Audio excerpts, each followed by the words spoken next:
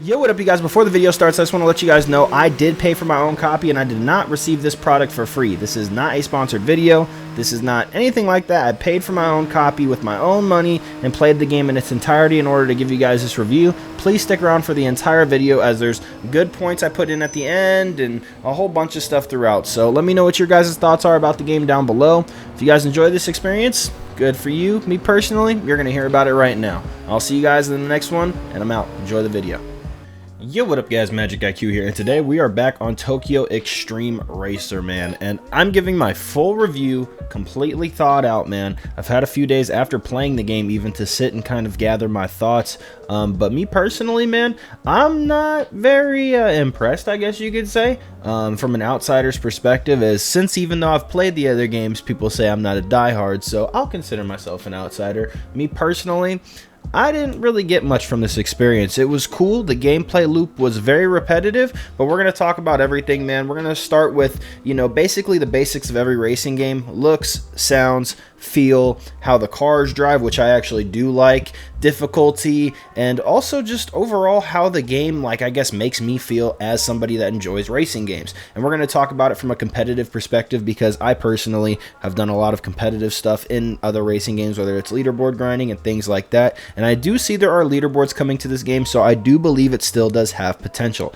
especially if they add multiplayer. I personally think the price tag is a little steep for the content that you're getting when you purchase this game, and that's just my personal opinion. If you guys don't agree with my opinion, that's fine. No reason to come at somebody for their opinion though, okay?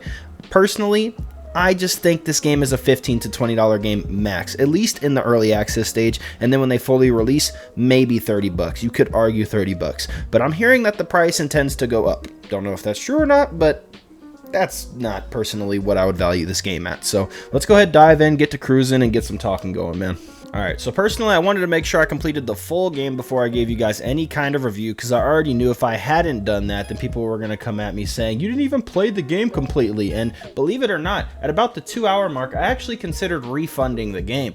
But I wanted to continue to support this game and obviously make sure that my money went to good use in terms of developing the game and continuing to make it better, as I do believe it has a unique experience to anything else in the racing genre, at least as of right now. When Night Runners comes out, don't know if I'll be touching this game much, but it's not a terrible game, man. Overall, I think my overall score was like a 6 or a 7. If it was priced at $15, it'd probably be like an 8 or so, but where the price currently sits, it's about a 6, okay? Me personally. The car sounds are okay. At the best, I give those probably like a 5 out of 10 maybe, because they sound really good. For example, in hood view in this car, it sounds a lot better, a lot more aggressive. And I actually don't mind how this sounds, but sounds a little meh from back here, and I know other games do that as well, but I don't know. It also seems like there was some kind of glitch last time I was playing the game, because the car actually sounds a little different right now, but the GTRs definitely sound way better than the rest of the cars. In my opinion, this is probably one of the better sounding cars in the entire game, so it's okay. It's not bad though, but it's like a 6. Personally, I think the way it looks is alright. It looks like a slightly dressed up base game Assetto, at least when I'm referring to the Shotoko map. It looks slightly dressed up, but the models of the cars are very mid. It looks like a dressed up Car X model. Just analyzing it with the Unreal Engine camera and looking at the bumpers from different angles and the interiors not even being modeled. Everything is Bluetooth. By that I mean like the wheels don't connect to anything.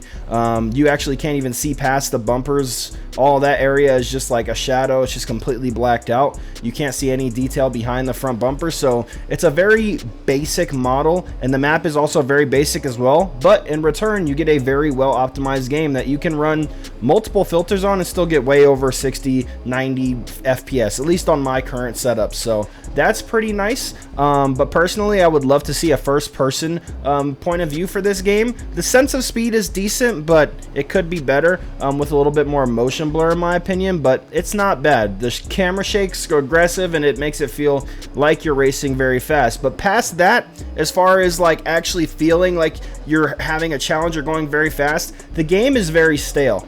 When I started out on this game, I got so bored in the first 2 hours that, like I said, I almost refunded the game. Around a middle ground, it started to get slightly competitive. I didn't really have any struggle winning, but it still seemed like the races were lasting maybe over 30 to 40 seconds sometimes.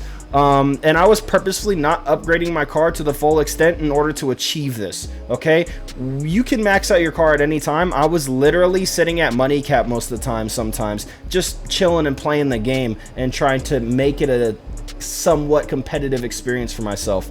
But as soon as you max out the car, nobody's really a challenge until the last 2 races, where if you don't do cheesy stuff like brake check or have a bunch of corners that the AI don't know how to take, it's a little bit difficult. It took me 2 tries to beat the second to last boss, and then I beat Cinderella of Midnight on the first try. But I had to do some cheesy stuff in order to compensate for me having literally no way to gain the first straight line speed that they had, because my car was completely maxed out for what I was able to get via the skill tree and what was unlockable before Cinderella past Midnight. So that gives me a little bit of hope. Hopefully some of the bosses coming up are a little bit more difficult, but my first area, I guess, of not critique, but I guess I would tell them to pump up the AI a little bit, because it seems a little bit too easy.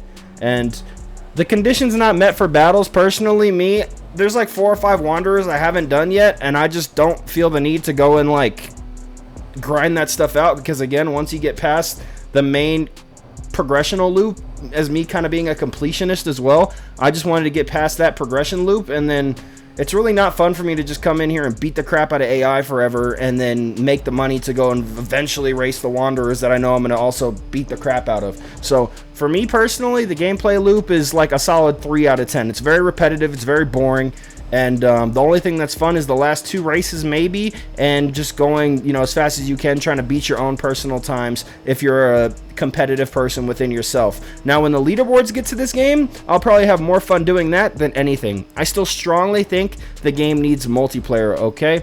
And then we're also going to talk about like the feel of the game. As you can hear, I have the music turned off. Me personally, not my favorite music when it comes to this. I think Night Runners is a perfect example of a song list that probably completely nailed it. Now, I know this song list is very nostalgic for some people, and I think this game is banking a lot on nostalgia. If you don't have a lot of experience with TXR, this game's going to be like meh to you. So it is a love letter to those who are heavy into nostalgia. So yeah, if you're not super into the other TXR games, in my personal opinion, this game's gonna be meh for you. Or if you're any slightly bit competitive or a fast driver, the homie Simji, I think, played this for 30 minutes and refunded it. So if you're a very fast guy, I mean, it's gonna be kind of boring. You're just kind of driving along Shitoko, and if you know the highway already, then you kind of miss that little hit of like dopamine as well, because this is a very cool map if you've never played it before. But I've played multiple different versions of Shitoko, from like AC, Shitoko Revival Project. I've played it on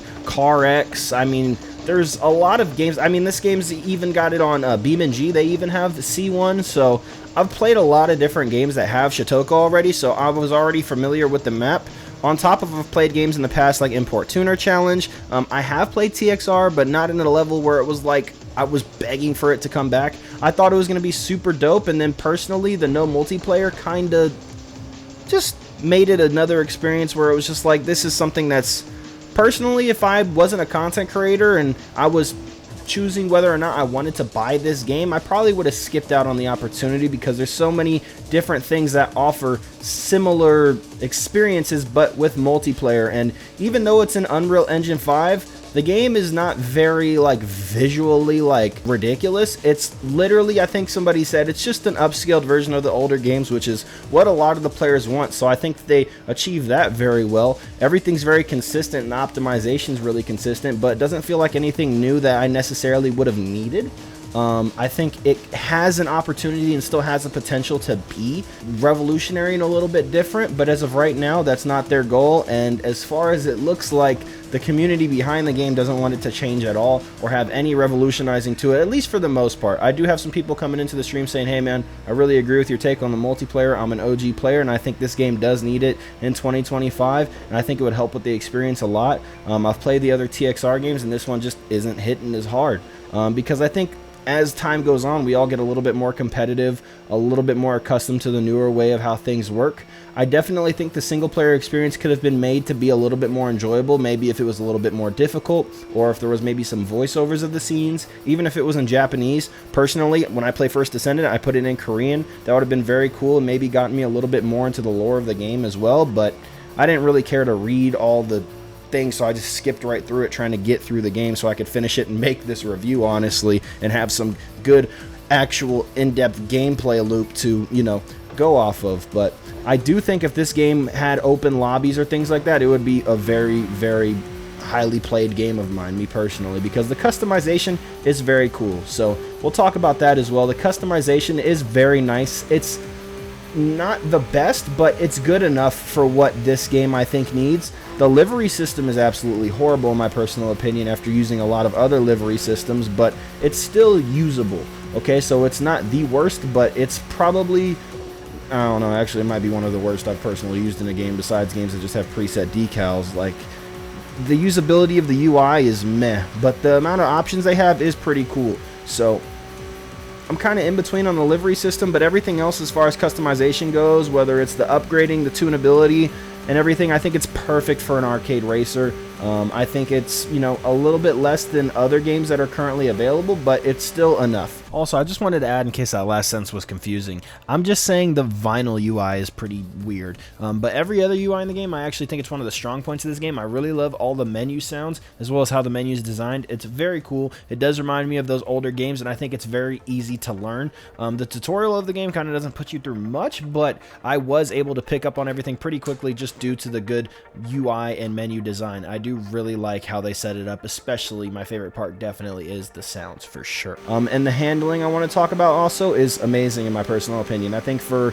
a arcade racer, this is the ideal handling model, at least for what this is trying to achieve. The drifting obviously at this point is not that doable. It's kind of cool, like you can rip the e-brake and kind of like do some stuff like that, for example, but it's not really like you're coming in here to drift anyway, right? You're coming in here to rip the Shitoko Highway apart and battle other people, or I guess AI, and, you know, drive as fast as possible, which this game does do pretty well.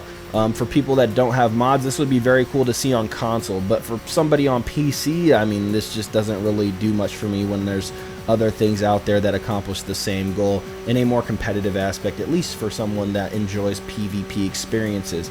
Now, I don't know why every time I brought up PvP, people brought up battle passes and all that other stuff that everybody, I'm pretty sure, who plays multiplayer games hates. Nobody wants all that stuff. I just wanted a server browser. That's it. So if you got that misconstrued, that's not my problem. I just want a server browser, or even a co-op mode for the single player with another friend. That's it. Just so we can cruise down the highway and make some cool videos, because the graphics can look pretty cool when it comes to pictures, and there is no current, like, I guess you could say actual camera mode, but with Unreal Engine Unlocker, which you guys can see in the video link down below in the description, you can do pretty much all the cinematic stuff you'd want to do in a video game. So it's pretty nice, man, besides being able to actually race other players and have other people in the cinematics. Also, the car list I think is pretty dope, although most of it isn't accessible until you already beat the prologue or the early access, whatever they're calling it. So, I mean, the cooler cars, in my personal opinion, aren't even available until after that. Maybe that can be adjusted for full game or when full game comes out. I heard this is half the full game. Also, if this is half the full game and the rest of the full game is this exact same gameplay loop, I mean, it's going to be an absolute snooze fest, unless it's ridiculously harder, which would be cool to see. I actually don't mind a little bit of a challenge. I think it would be more fun, and the completionist in me would come out as well and want to accept that challenge and go after it. And I think also, again, I'm just saying, the leaderboards would make it a lot more enjoyable too, because as you're just cruising around here, you guys will see this little timer kind of pop up on the right side. For example, right there where it says goal and new circular route, left turn okay, I can't even say that. C1 outer loop. So you see that little goal and that little timer right there. So that's pretty cool to see. So if you stay on the outer loop, then that time continues to go up until you can beat it on the time trial, and there is like a leaderboard section, so that's pretty sick. It does still store your times that you get on your personal, you know, runs. Right now, as you see, it still said personal best right there, so I might do some weekly time trials. If you guys would like to see something like that, let me know. But I mean, that's going to be up to the community as well. I don't know how much I'll personally grind it, maybe if I'm extremely bored, but this is the kind of game that maybe I throw on and play if I don't have internet, or if I'm watching a movie and I just want to do something mindlessly in the background, but still make some progression of some sort, with the hopes that eventually I'll be able to show it off in the lobby. And I'm relating this to the PC market because of what's available on the PC marketplace for relatively same pricing and optimization wise. One other thing I do think is actually pretty cool, as you guys see here, there's a little traffic car right here. If I just come up and flash the traffic car, you can actually race the traffic. And in the beginning of the game, the most difficult person to actually race was probably the taxis. The taxis were moving at like beginning game, so that was pretty fun at the beginning. But like besides that, man, early game was an absolute snooze fest in my opinion. This game is heavily carried by nostalgia, and if you are an outsider or somebody that doesn't really play the game that much, you're not gonna just be like overwhelmed with joy, in my personal opinion, as somebody who is not a super diehard fan or been around the franchise for a while. And I think the most important part of this review, by the way, is I did buy my own copy. I never got a package from Genki, at least yet. They said they sent it, but never got it. Was supposed to get here on release day, never got it, and I bought my own copy and reviewed the game with my own money. But to be honest, even if they sent me the package, as they said they did, because I still could receive it, I would still be just as honest in my review, because that's just the kind of guy I am. And personally, regardless of whether I paid my own money or not, I don't know if this is a $30 experience. I think for $15, this is a great game. But for $30, personally, it's just not worth the money, especially with the corners that seem to have been cut with some of the models. But maybe that's to achieve a look or feel of the older games. I don't know, man. But I know it is early access and stuff, but something tells me that's not really going to change. At least considering every single car has these same little things, and that would be a whole lot of work. And I really don't know why they released a single player game in early access, in my opinion, regardless. There's very few bugs, which was probably, you know, seen to have come up with a single player game, but there are still some, but very few. I think if this was released as a full game with a full progression loop, that would have been totally fine, and you can almost say even maybe worth the 30. Hopefully there's some innovations there, but personally, I just think my experience so far, besides driving around the map, which I can do in most other games, has been very meh. So overall, man, I'm going to give this game a solid 5 to 6 out of 10. Not worth the price, but if you guys have the extra money and you're a very big fan of TXR, then you might, you know, might as well cop it and try it and enjoy your experience. You have 2 hours to refund it, as it is on Steam. So, yep, it's not available in Canada right now apparently because of some legality over the. I don't know what's going on, but maybe you guys can fill me in on that all the way. But yeah, man, I appreciate you guys for tuning in. If you guys want to see me host some time trials or even do some tunes, I guess I don't know what I would tune on this game. I had somebody ask me for tunes, but to be honest, it's like, unless we're doing time trials or competing against each other, there's nothing to really tune for as far as challenging content goes. It's really not that hard. I appreciate you guys for tuning in. It's been MxgicIQ, and I'll see you guys in the next one, and I hope you guys don't absolutely kill me for having an opinion again. I appreciate you guys for tuning in, man. I'll see you guys in the next one. Peace.